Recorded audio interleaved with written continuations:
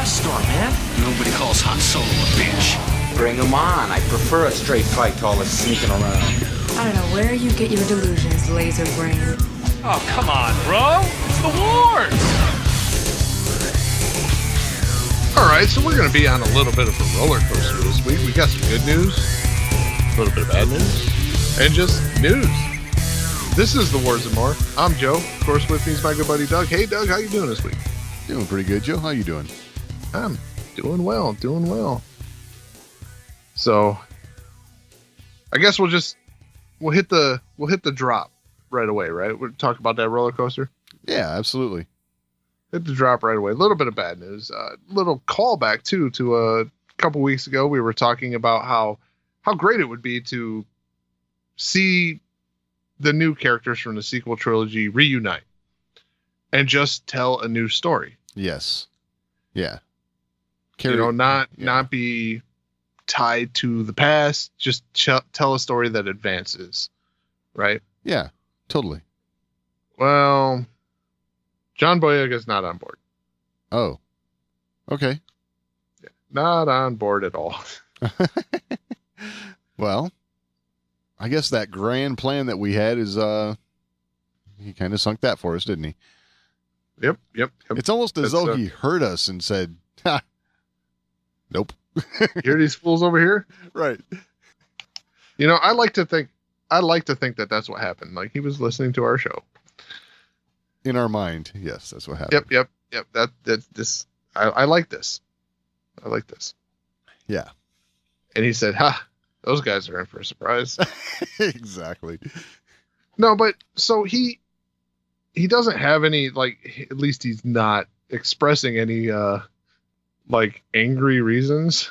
Okay. Like it's not that he hates doing Star Wars or anything like that. Like at least on the surface. But I'll just read this quote here. Sure. And this is it was a Sirius XM interview. I don't know what show it was on. Okay.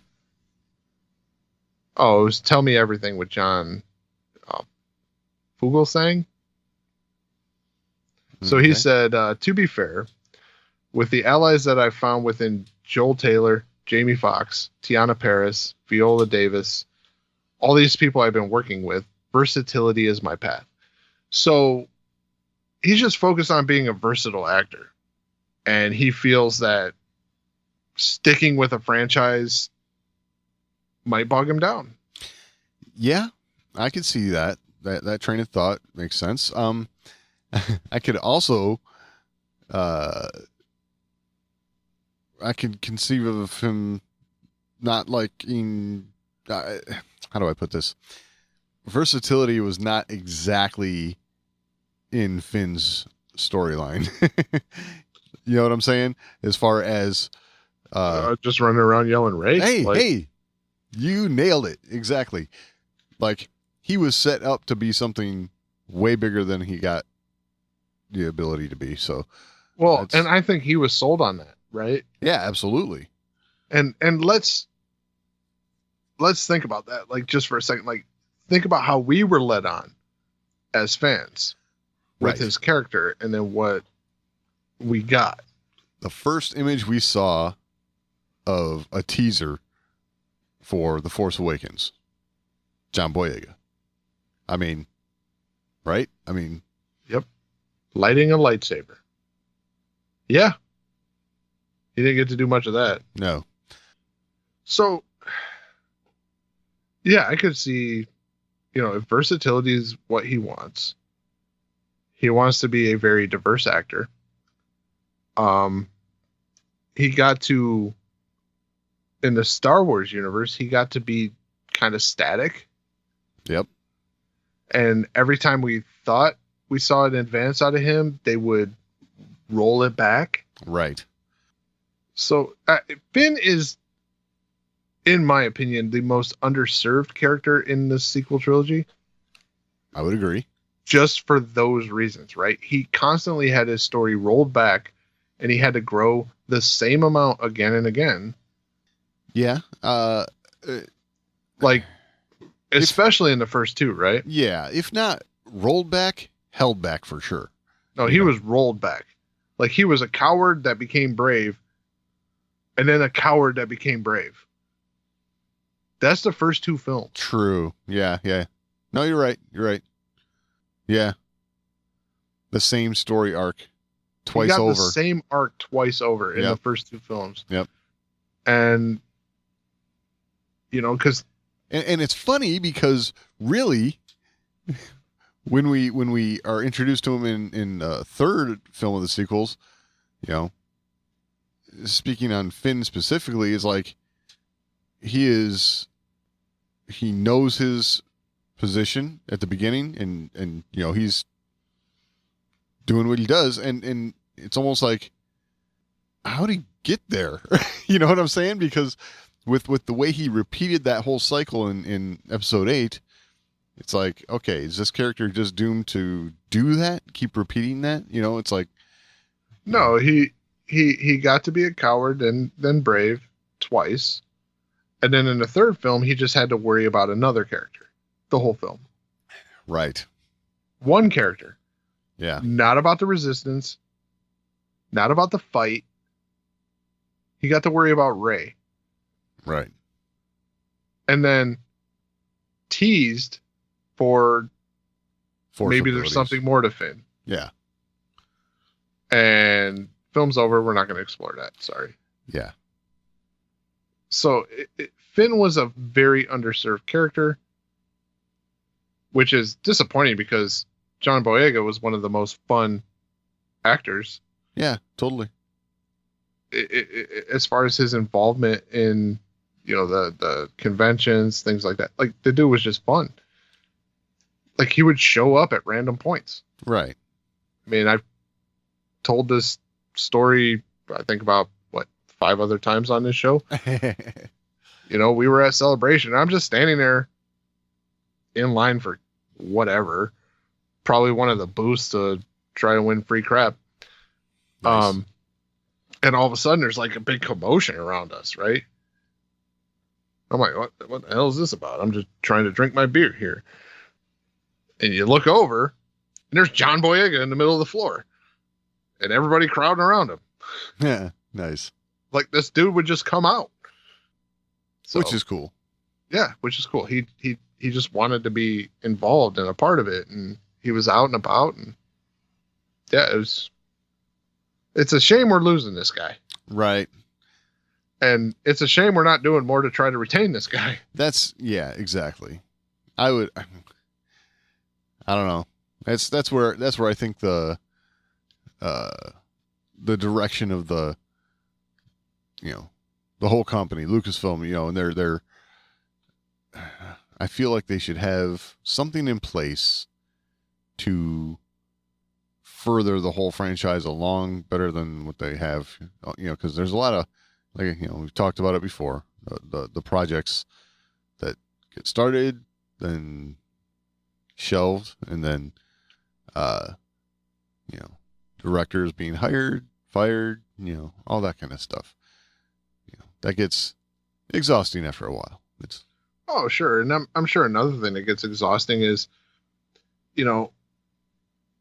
there's a lot of criticism about these films, right? These 3 films that goes out on social media, things like that, which is fine, right? Yes. You can be critical. Yep. But I will say this, if you are being critical of these films, but you did like John Boyega's involvement, you like Finn's character, things like that, show some love his way, right? Like, yeah, totally. Be like, hey, look, I think the story sucked, but like, I really liked your involvement in Star Wars. I really liked you being a part of this universe. Like, it wasn't your fault. Exactly. Because he was great. And anyone who says otherwise, they're just nuts. Right. John Boyega was great. Like, from the very beginning when he shared his reaction video to the trailer release, like, John Boyega was all in from the start. And he went from that to somehow this. And there's a reason for that. Yeah, totally. That's my advice. Everyone show some love to John Boyega because we need him back. He was a good part of Star Wars. I'm sure he'll come back when the time's right. I hope so. I hope so, but it won't hurt. He's got to get some stuff, other stuff under his belt. Right. He'll come but back. It won't hurt to send a guy some love. Just saying. True. Just saying. Let him know you appreciated him if you did. Be honest, right? Like, if you didn't like Finn's character, don't go lying. Right.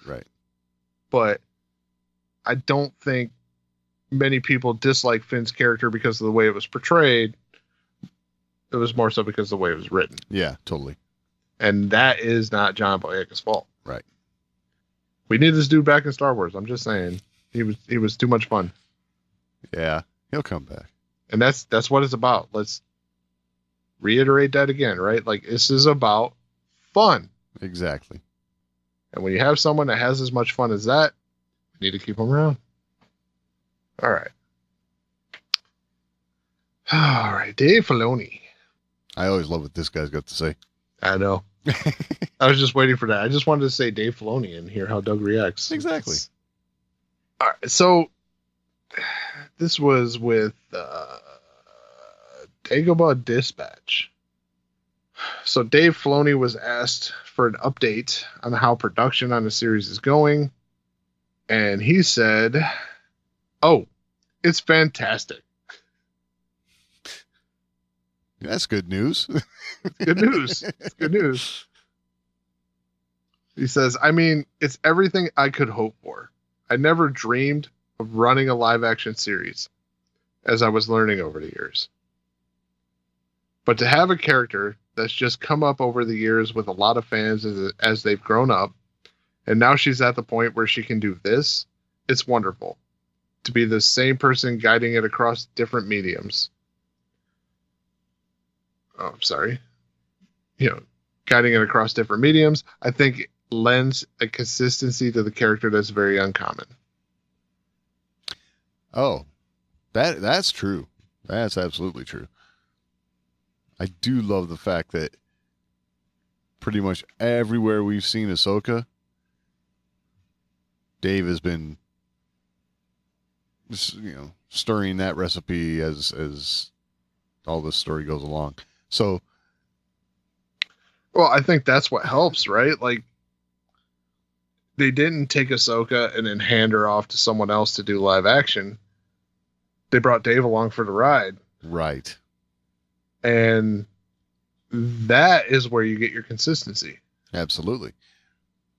That's the one thing. I mean, he was there from Ahsoka's creation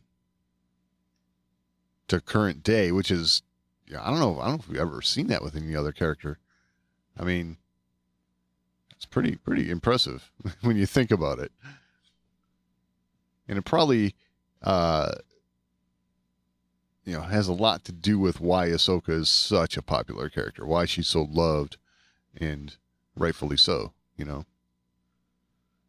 Oh, absolutely. I mean, there's a lot to be said with there's just more content for Ahsoka, because there really is. Yeah. We've seen this character grow more than any other character. Sure. As far as like Luke's youth, things like that, we've seen glimpses now. Right. But they're not diving into that. But Ahsoka, we started with her as a youngling. And we watched her grow to what would have led to Jedi Knighthood, but she left. Right. And then seen her beyond that. And now we're going to see her even beyond that. So, like, we've seen this character grow more so than any character in the Star Wars universe. So that adds a lot to why this character is so beloved. It's just, we know more about her than anyone else. It's true. It is true. So that helps. That helps. Makes a lot of but sense. At the same time, it's a really well-written character. Yeah. Her arc is unique in the Star Wars universe. Yes. This is a character that was offered Jedi Knighthood and walked away. Right. And it's, Dave's talked about it before, but he has something in mind for Ahsoka, So this is all leading somewhere. And the only person who knows where that is Dave. So Right. That's, Well, I think that what made this even more enticing was Rebels and what we've seen out of Ahsoka in The Mandalorian. This is a character who, like I said, walked away from Jedi Knighthood. Yep. Said that the Jedi path was not her way. But then beyond that is embracing the fundamental beliefs of the Jedis. Like what? Yeah, to a degree. I mean, one thing that we did see from her in The Mandalorian is that, she's hunting. She's hunting Thrawn. So She's hunting Thrawn. But at the same time, when we see her in season 2 on Tython, and then again in the Book of Boba Fett, right? She's very Jedi-like. So those core beliefs are there. yes, It's the political involvement that she walked away from. right, exactly. And it was the political involvement that got her in the predicament she was. Yes. So, in all honesty, Ahsoka's like the purest of the Jedi. Until Luke, right? Like, Yeah, I would say I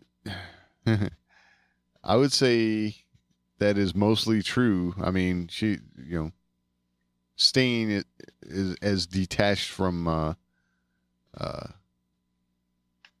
whatever government body there may be as possible. Mhm. That was made clear. So, heck yeah. yeah, I mean that's basically what we saw in Ahsoka's arc. Like she was doing what Luke did before it was cool. Like, Right. all right, so Dave Filoni did go on. He says a lot of times when you're an animator, you watch your creation kind of spin off and it's taken by other people. You never know. And you want to take character words hard. And you want to take care of these characters because you know them so well. And it's a really unique situation we're in, but it's awesome. There's no other way to put it. The simple answer is just, yeah, it's awesome. Nice. So, Dave Filoni playing his own game. Right. You can say it's cool. You can say it's fun. Don't say anything else. Exactly. Which he is the master at this, for sure. He is the king of, yeah, let's do an interview and talk, but I'm not going to tell you nothing. Yeah. Let's do an interview and talk. Well, how's Ahsoka going? Yeah, well, It's fantastic. fantastic. It's great. Yeah. I love it. So yeah, I mean, it does seem to have, like, for him to say, yeah, it's awesome so many times. It does tell It's you exciting that, because he's having fun with this, right? Right. Like, exactly. he's liking what he's seeing. This is a character that he's been so intimately involved with. Yes. This is his character. This is the one that, if I'm sure in his mind, he's thinking, I've just got to work at Lucasfilm long enough to get Ahsoka's arc done and over with. Then they can fire me. So I'm waiting for someone to ask the important question. Okay. Which is? Does Ashley Eckstein at least have a cameo in Ahsoka? Oh, that'd be awesome. Like, what are we doing here? Like, Yeah, exactly. Yeah, I'd love to see that. I'd love to see at least a cameo. Ashley, like, it's Ahsoka to us. Like, Right. Totally. so I would love to see Ashley appear in Ahsoka in some way, shape, or form. Yeah, it'd be cool. Yeah, there's so many different ways that could happen too. I was Right. thinking of all the cameos that we've seen over the years, and man, you could go about this any possible way and make it work. Huh. Just saying, there's been a ton of Ahsoka interviews so far. Oh, yeah. And this hasn't been asked. Seems like a big one to me. Yeah, interesting. Because it's Star Wars. This is what we do. This is what we do. Absolutely. There's cameos and stuff. And all right. So sticking with the Disney Plus offerings. So ObiWan Kenobi, A Jedi's Return. Just saw a trailer for this. This is a behind-the-scenes documentary. Oh, yeah. About the making of ObiWan Kenobi. Premiering, of course, it's coming up on Disney Plus Day. Nice. This is a holiday now. Of course it is. So, September 8th.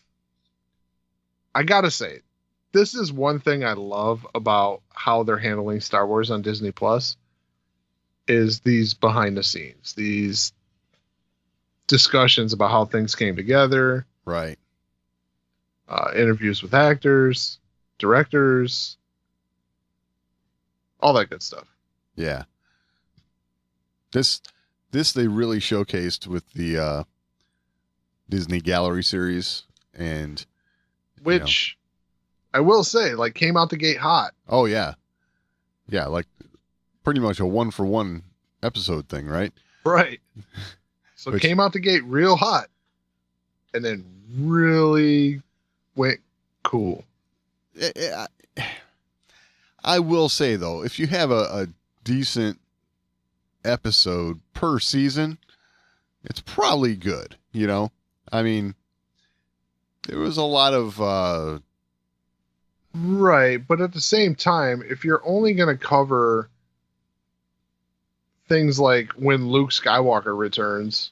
Well, that was a big deal. I mean... I understand it's a big deal, but if you're only going to cover the big deal... I mean, it's kind of like, okay, for example, you came out the gate with, doing an episode almost 1-for-1. Right. Ended up being really good. They're doing director interviews, things like that. They're talking about, how great it was to be doing Star Wars. And then you do a Luke Skywalker episode. Then you had the Book of Boba Fett run. Right? Yeah. Now, this is gallery. This is not specific to The Mandalorian. Correct. In the way it's designed. Right. There are things in the Book of Boba Fett that would have made a great gallery episode. Oh, yeah. Like, they could have talked about it, about the Rancor and how they did that for an hour, and I would have watched it. Oh, sure. Of course. I don't know. I mean, what we've been getting more recent is, I think they've been paring it down anyway. I'll say that, down to like the 1 episode per season format. Probably realizing that, if we're going to do a 1-for-1, an episode for every episode of a season that we have, it's going to be a lot more production. And I don't know, it's going to be like, I don't want to say it's too much Star Wars, but it's going to, if you're adding all of that's that. a thing. Well, I'm just saying, I think they've proven that's not a thing. we, too much Star Wars was a myth. We'll see. Because we're going to start getting shows to start overlapping now. And when that happens, or at least I thought that was going to happen. We'll see. When that happens, it's going to overlap. Star Wars is going to have to be on everyone's priority list. Watch all of Star Wars first, and then everything else you can watch later when you have time. But you won't have time because there's so much Star Wars. True. Yeah, I mean, we're going to be entering a new time in Star Wars fandom, right? Like, we've never seen the level of content that's going to be coming Right.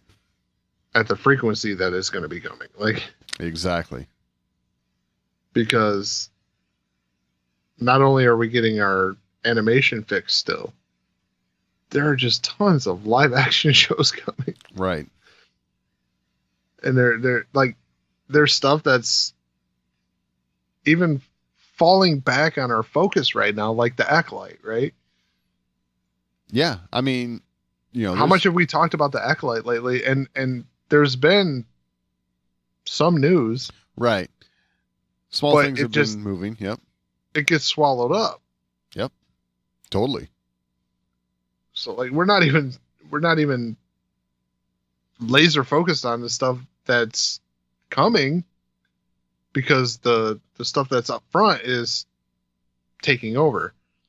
So I don't think they're having a too much Star Wars problem right now, is my main point. No, I think you're right. Because the other projects are able to kind of like just work in the background, and it just helps their, whole leak problem. Right. Let's keep everything secret. Yeah.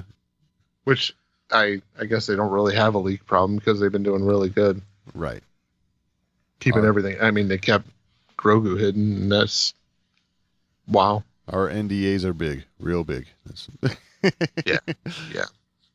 But yeah, judging by the way the leaks are coming, I'm pretty sure execution's on the table. Like, yeah, exactly. Yeah. Because man, people are keeping their mouths shut. Yes. What? Nothing. Yeah. Just saying. Yeah. It's pretty quiet, like as far as leaks go. Oh yeah, totally. Which is good. It's good. Yeah. All right. So, Natasha. Oh man. All right. So Natasha Leo Bordizzo. Yeah. Bordizzo. There's no I at the end of the Z's there. Bordizzo. Yeah. Sabine. Right. Sabine. From here on out, we call her Sabine. Absolutely. I don't want to keep butchering her name. All right. So she talked with The Hollywood Reporter. Official outlet. Yes. This is one of those publications that, Star Wars likes to work with. Yeah, which is new. Like, but because what would you say? This is the number of Hollywood Reporter articles, I think, really increased over the last 3 or 4 years. Wow. I know of Star Wars working with the Hollywood Reporter for a long time. Okay. Yeah. Would you say there's a definitive volume increase? Well, yeah, probably. I guess what I'm getting at is that this is one of those channels that when there's information that Lucasfilm kind of wants out there, or if or something like that, it's like a Hollywood reporter would, they want to do a story on someone in Star Wars. All I got to do is ask, that kind of thing. You know what I'm saying? Well, I guess where I was going with it is, it seems like their official involvement with Star Wars has increased over the last 3 or 4 years. And I feel like that's because their unofficial, aka leak, involvement with Star Wars was higher before that. And I kind of wonder if they're getting more official interviews and stuff because, hey, stop leaking shit. Okay. Gotcha. I don't know. Yeah, I mean, between these guys and Entertainment Weekly, it's like their channels. Right. Well, Entertainment Weekly is the big one, right? When there's a big project, it's coming from Entertainment Weekly, the big announcements. Set photos, things like that. Entertainment Weekly is your feature film release destination. Uh-huh. All right. But she was asked, once you get once you got cast, did they suggest that you binge watch Rebels, or did they not want you to recreate anything? And she says, I think it was somewhere in between. It was like, it's obviously great if you watch the show, but the live action version is always going to be completely new and fresh.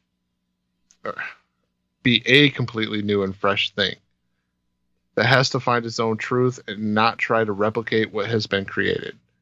As much as we honor it and as much as we use it, it's almost like a memory book.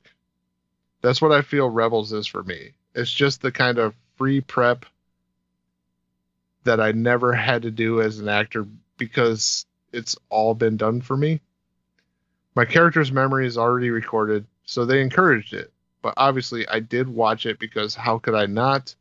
So it's somewhere in between. Okay. Yeah. It's a lot of words. Right. There's a lot of words to say. It's somewhere in between. Right. So, like, yeah, watch it because these experiences matter, but we're not going to constantly rehash these experiences. Which makes sense. Yeah. I would say, where we're going to see Sabine moving forward is definitely in a story that's moving forward, right? We're not going to be dwelling in the past, This kind of goes right into the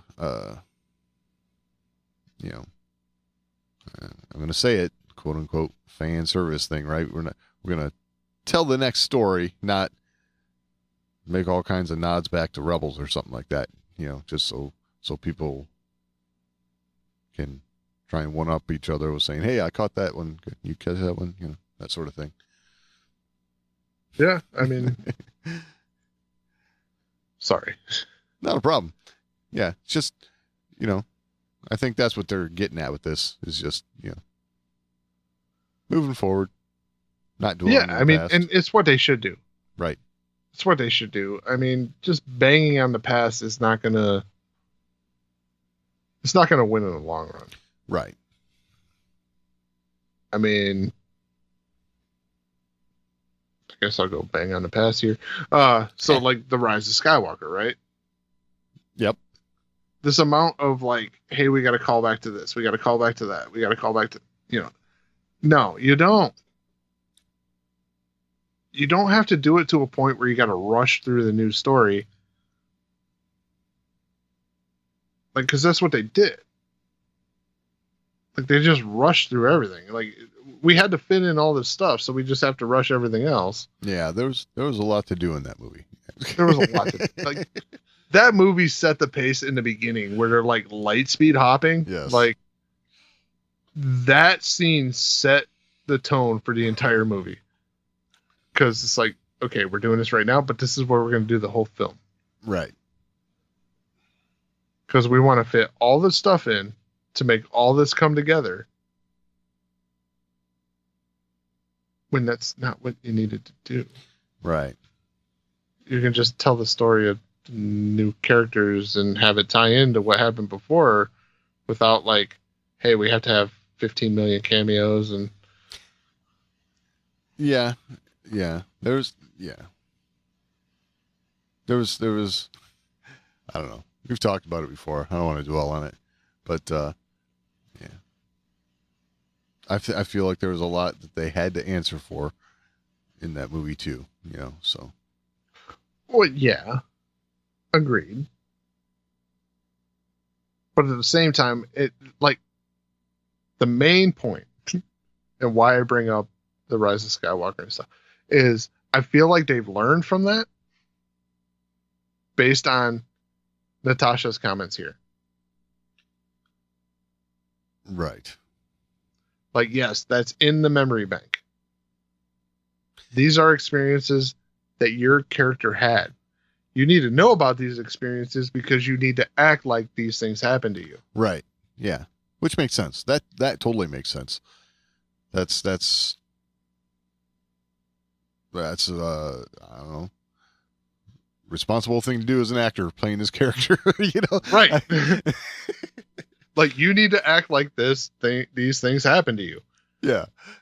But they're not dwelling on it. They're not going to hammer on it.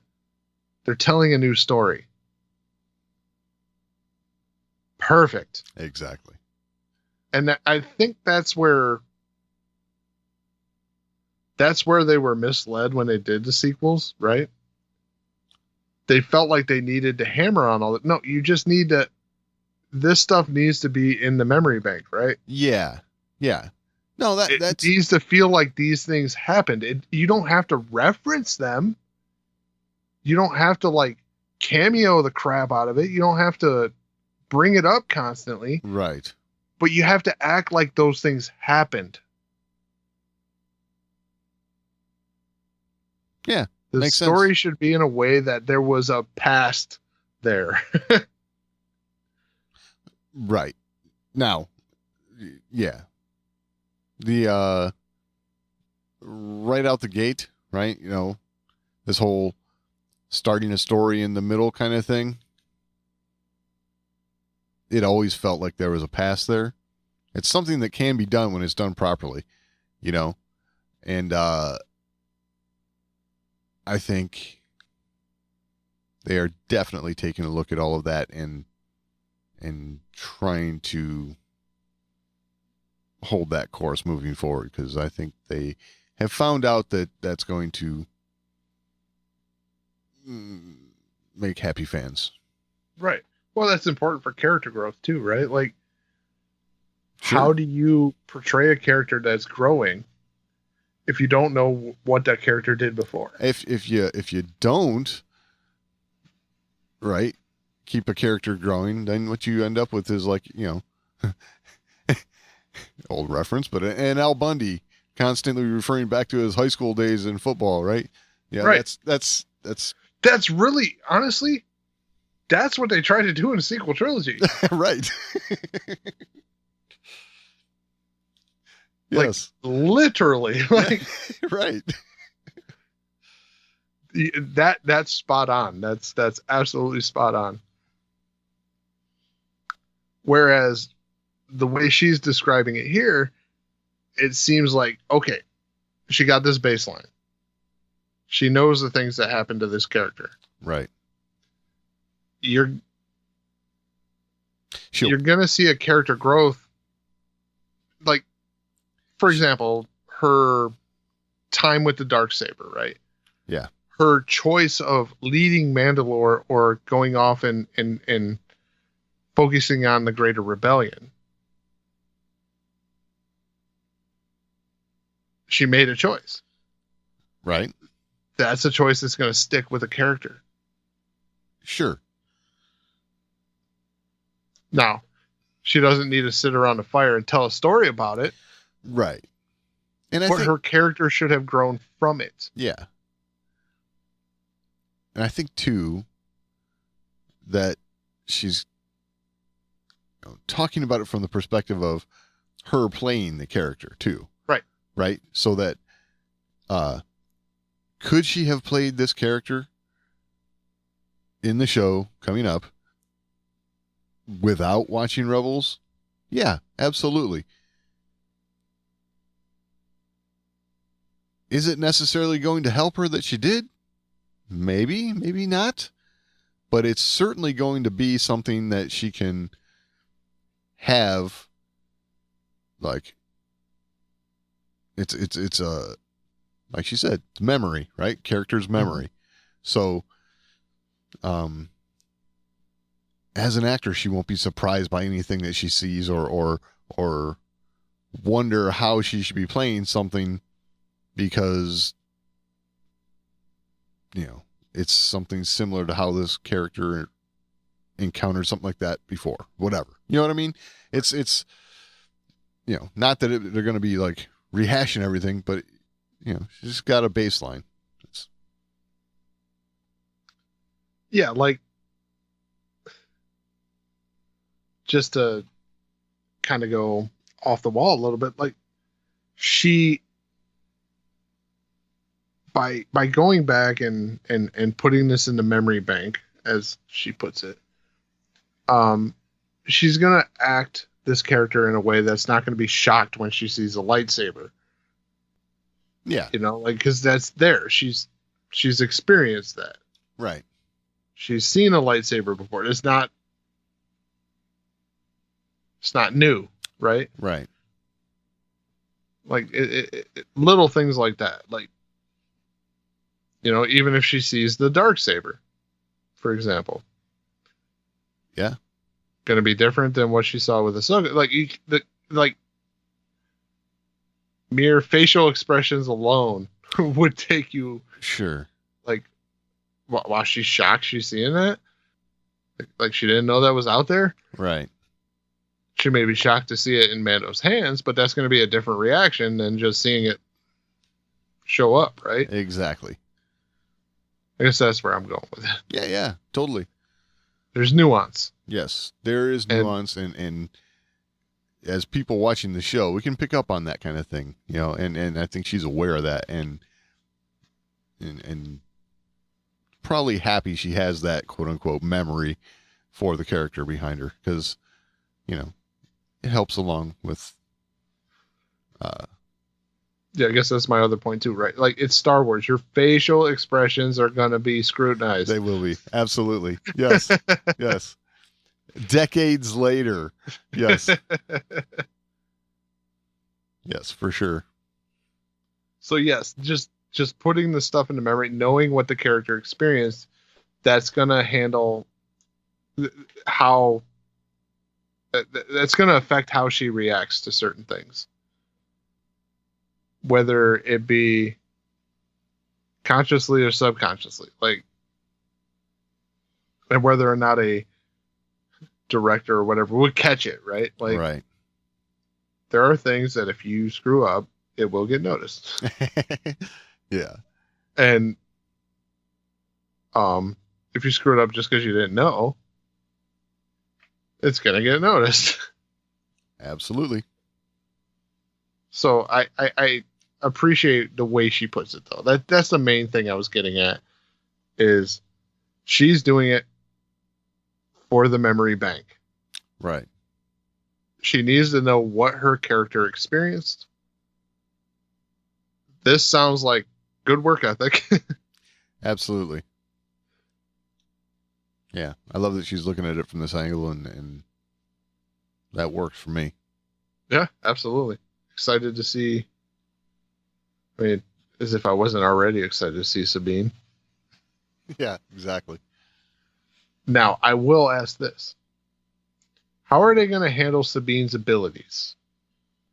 Well, I think that's just going to be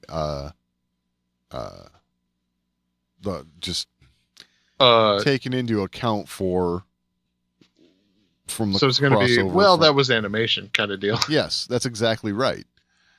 I mean, when you cross over from animation to live action, you know, there's an understanding there. And I think even as fans, you know, we're being kind of ridiculous if we say, well, she could do all this in animation when she can't do it now. Like, duh. No. Duh, really. Yes. I think the big thing is, and this is something that I feel they handled well in Rebels as it went along. She was ridiculously Jedi-like in the first season or two. Yeah. That toned down. Sure. Big time. So I think they got a little carried away just with the fact that they were doing animation. Okay. Like, oh, this character can do this because it's animation. Right. And then people were like, whoa, she's like better than the Jedi. They're like, oh, shit. Well, yeah, we didn't think that through. Yeah. Even at that, I don't know. I think just with the way they toned it down, they definitely were considering that they overdid it. I always view animation as being a little exaggerated over live action, and I know you'll say it was more than a little exaggerated, but it never bothered me, to be honest, that kind of stuff, because it was animation. You know, you're still telling a story, And that's what was always important to me, is a story. But I mean, so animation at that point still did a good job of, at that point was still doing a good job of like the Force users and the non-Force users and their abilities, things like that. Sabine kind of elevated the game a little bit. It never bothered me because it was animation. It's just kind of what happens, right? Right. Like Batman did some super cool shit in animation. Sure. So, I mean, she's also Mandalorian, so there is right. that. And that was the other selling point. And I think as the show went on, they did a better job with that. Right. Like her abilities were still kick ass because she's a Mandalorian. Right. But they were a little less than a Jedi. Yes. Whereas in the beginning, she was like on the same level. Yeah. And if if we're referring to either Ezra or Kanan as the Jedi, at that point you could say they were a little less than a Jedi too, Agreed. To be honest about it. Agreed. But like you could say that her early antics rivaled that of Ahsoka when Ahsoka showed up. And Ahsoka was not less of a Jedi. Yeah. So, yeah, I agree. Like, Kanan suppressing it. Ezra didn't know he had it. Right. So, yeah, she's going to be above those two. Right. In the beginning, and that makes sense. And I think with the way they readjusted it, that ended up working perfectly. Just for that fact. Like, they were suppressing it. Yep. But they still did back her down. Yeah. Because she was like Spider-Man level. Like. Right. No, I remember it was, it was a little out there, but I always, considered it animation. Part of animation. Just, well, it's fantasy, right? Like. Yep, exactly. Exactly. I just asked the question just because it was a point of content, right? Like, Sure. We don't have those in Star Wars. What are you talking about? What? Like, what are you talking about? The show's been all point of content. Exactly. But like, there are merits to the points of content, but at the same time, you said, you got to consider it's animation. It's gonna be a little out there, right? And it should be. Not just that it's gonna be because it's animation. No, it should be because it's animation. It's for kids. It's like, yeah, it's fantasy. Like, damn it! Like, yep, absolutely. So, all right. I guess we should get to Andor. Okay. All right. So, we all saw the first clip, right? Like, oh yeah. So, what you think? Well, it kind of rounds out everything that, we were getting little bits and pieces of in the trailer, with a lot of the dialogue and things like that. And, kind of shows us where Cassian's head's at, as far as, what he's doing. He's clearly doing something that's, kind of on the down low, a little illegal, whatever, A little illegal? Yeah. And, kind of, I'd like to know what your definition of really illegal is. Hey, we all got secrets. So, I don't know. It kind of sets us up for, I think, what we're going to see in, Cassian's early days here, I think it's a good starting line, Oh, it was definitely a good clip to release as like a teaser. Yeah. Because I watched that, I was like, oh, I like the way this is headed. I like the tone. I like how almost arrogant Cassian is, while at the same time being skittish. Sure. It's probably got a lot to do with his line of work. Yeah. Yeah, he's skittish because, like, all right, people don't normally ask questions. Right. But arrogant in the point, like, what do you mean? Like, you just walk in. Exactly. Like, they're so arrogant that they don't notice it. They don't expect you to just go in like you're supposed to be there. Right. Like, I like that. Like, he's got it figured out, but at the same time, he's kind of not in on the whole reason for why he's doing it. Like, well, and at this point, I'm not sure he's doing it for those reasons. well, Whatever it is. I mean, he's not doing it for those reasons, but people are hiring him for those reasons. sure. And he just doesn't know it yet. Right. Yeah. He's doing it because he's getting paid. Right. I think he's going to get pulled in, especially by this other character in the scene. And, Well, he's going to realize that his reasons for being so open to doing it is because of his dislike for the Empire. right. Of course. So his reasons for doing it align with the rebellion, Right. but he's not doing it for the rebellion. He's doing it because he has personal issues with the Empire. Yep. And it just so happens that, he was able to make money utilizing that hatred. But they're going to find a way for him to feel like, okay, you can do this, but you can make a difference. Yeah, exactly. And obviously his character is going to be motivated by that. Yeah, I got a feeling there's also going to be something which tips him over the edge. We know there's going to be this character of Bix, which is supposed to be his lifelong friends, and He's going to die. yeah, I think she's in for bad She's things. going to die. Yeah. Sorry. And I think that's going to be one of those things. I think this season is probably going to be a lot of that setup, and that's probably where we're going to end up with Cassian at the end of the season. Is okay, I'm all in. Let's go do this. Right. And he's going to be the clandestine spy that we know from Rogue One. Right.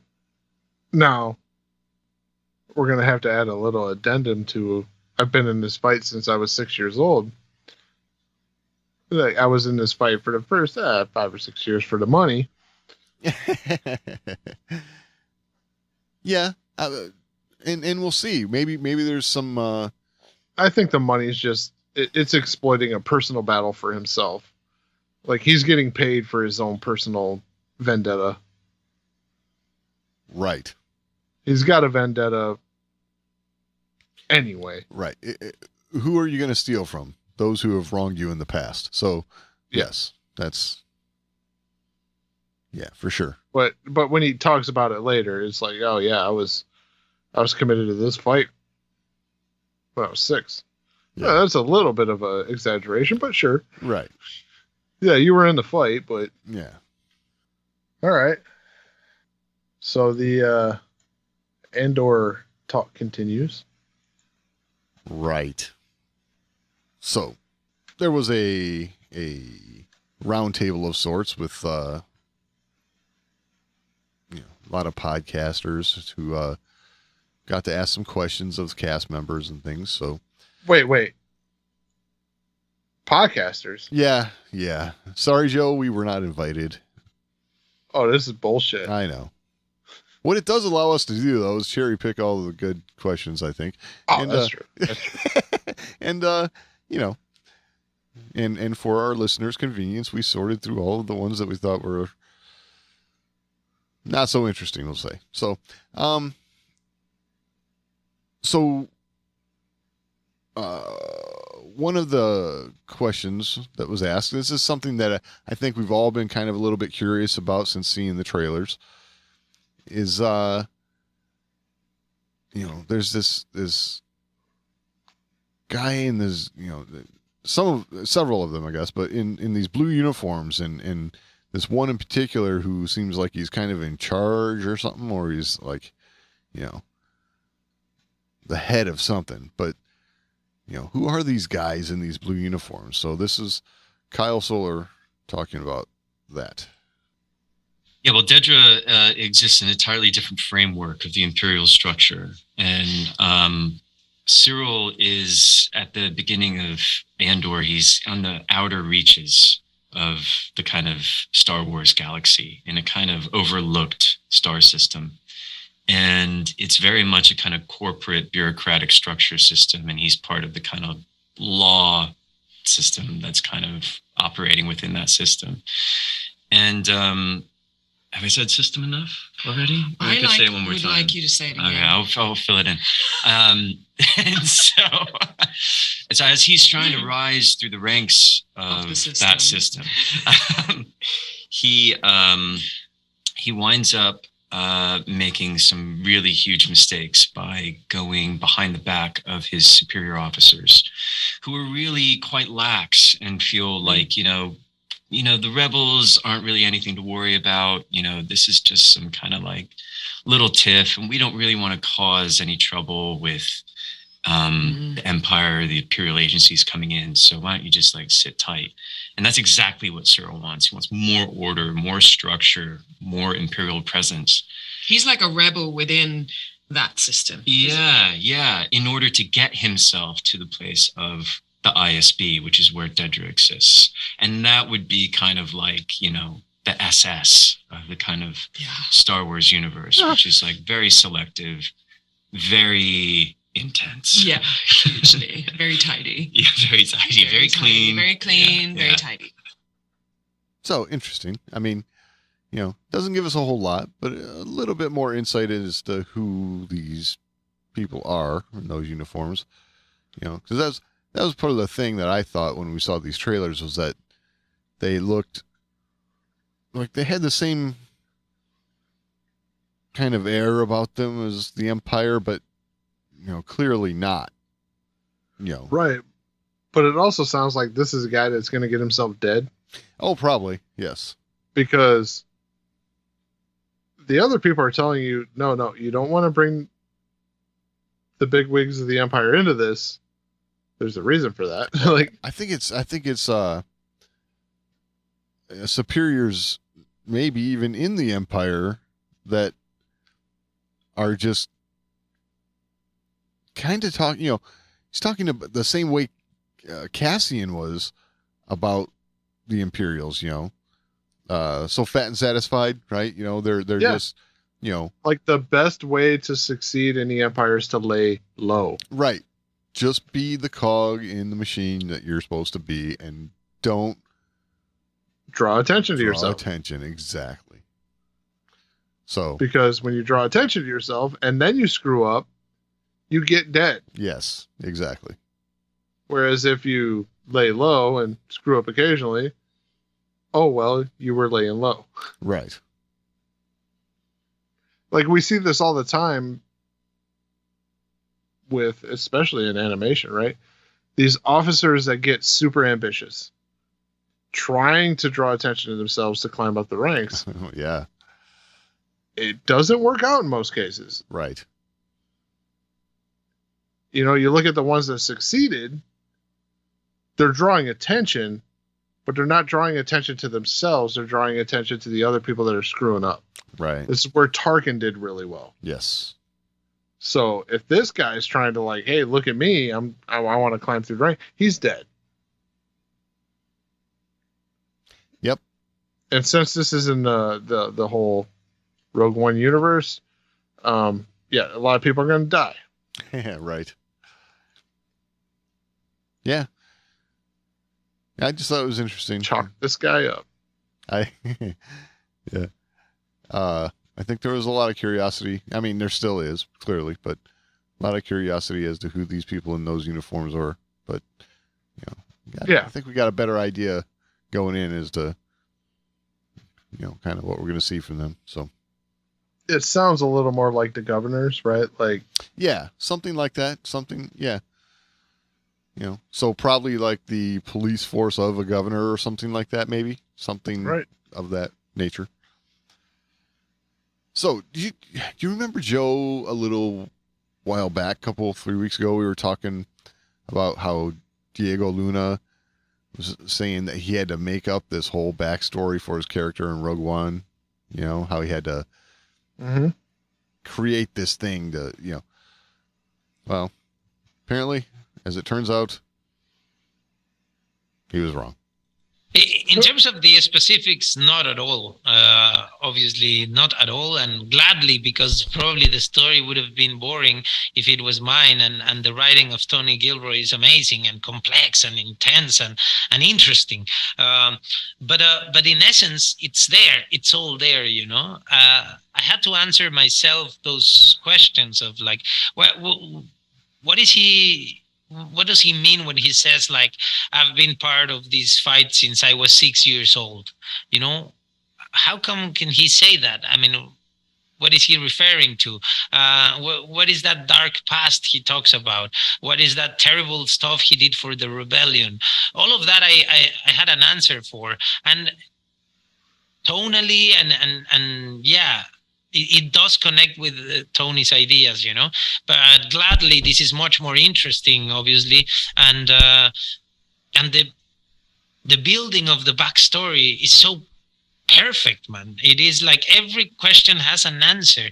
He writes such rich material, full of tiny layers that create a very complex structure.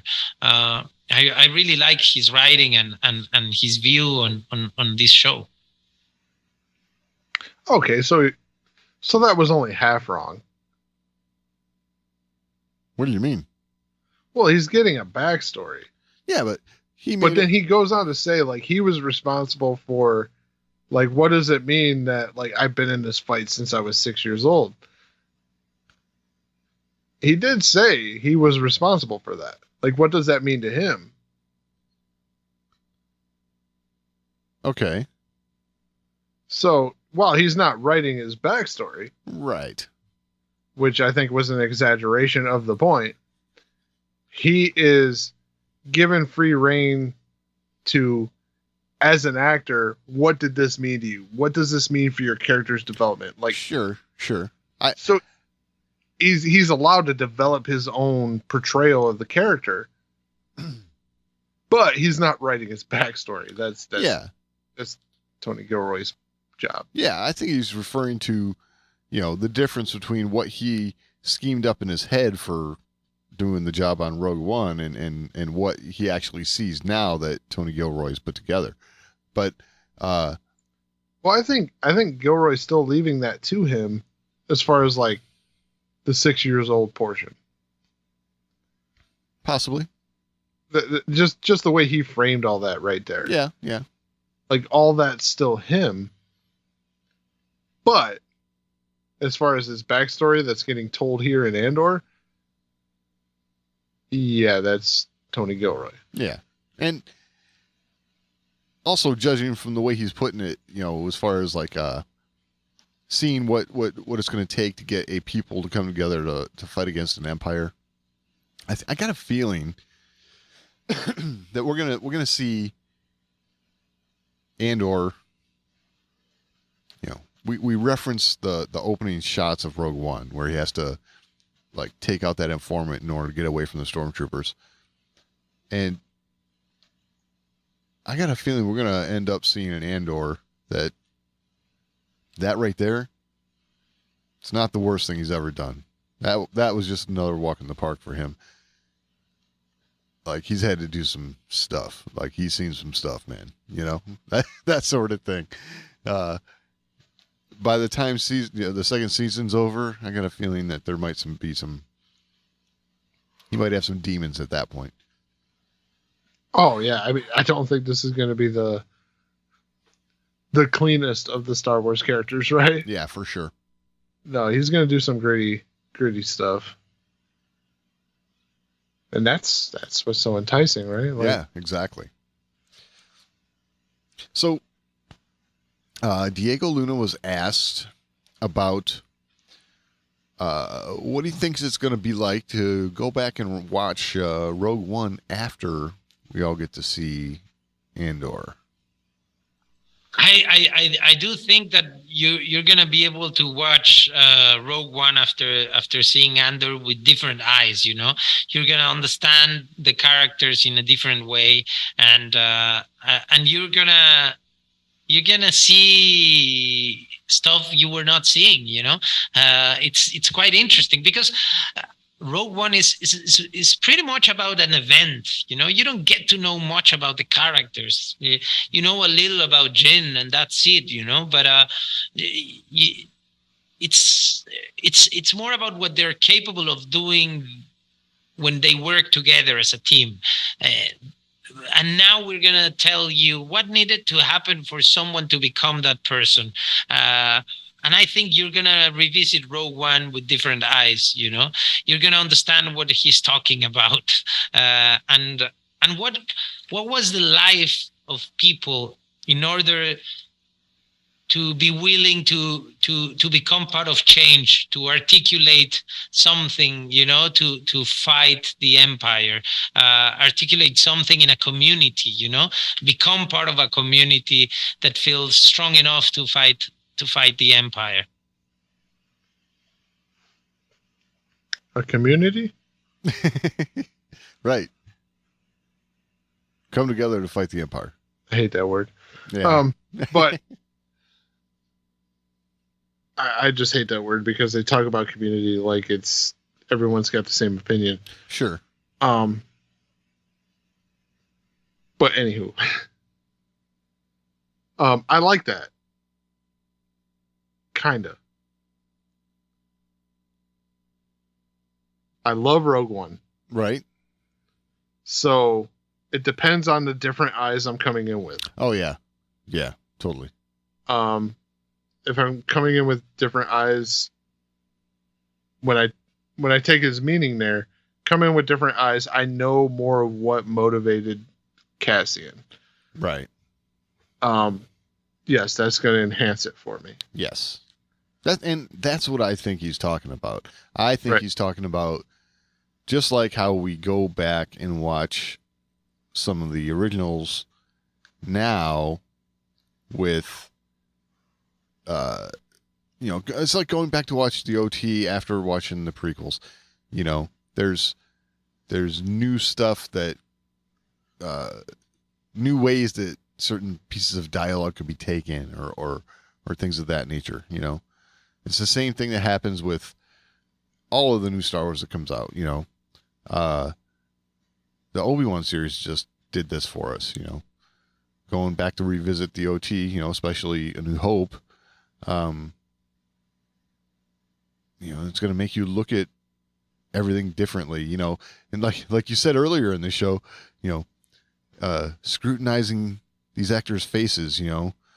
Oh, Alec Guinness, he kind of looked off to the side a little bit right there because he knows what happened in the Obi-Wan show, yet, you know, there's no way possible that's 45 years ago, you know. It's, you know what I mean? It's that sort of thing. And that's why it said special thanks to Dave Filoni. Yeah. But that's the kind of thing I think he's talking about. You know, you're going to go back and watch Rogue One and you're going to have more insight behind you know, what's going on in some of these other characters' heads. And I got to be honest, you know, the fact that he's saying that right now, it might be a little more on the nose, which kind of, you know, a little trepidation there, but you know, if it's done right, which I think they have the ability to do, you know. Well, I always get scared a little bit when I hear someone say, "Oh, you're going to look on this with new eyes." Right. How so? Like, do I look at the whole film with new eyes or just your character? Right. Like, because if I'm looking at Cassian and like, oh, now I kind of understand why he smokes that dude in the beginning. You know, like, Yeah. why he's so willing to kill Jin's father. Like,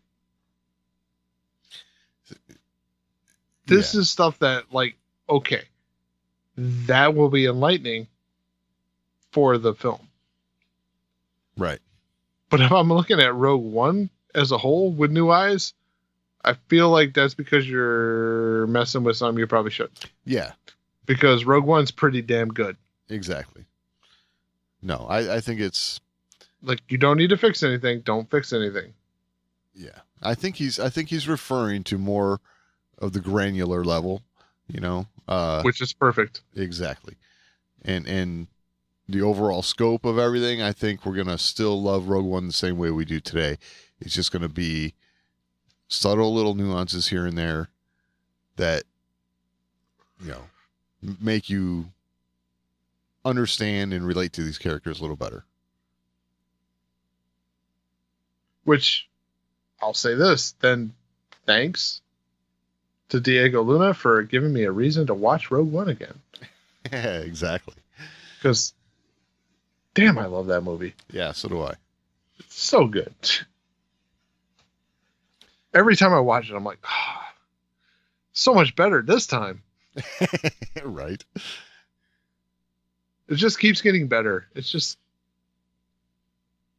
one of those films. The more you watch it, the more you understand and the more you like it. Totally.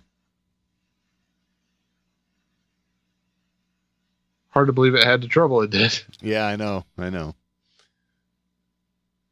Because, I mean, Solo had the same kind of trouble, right? They were...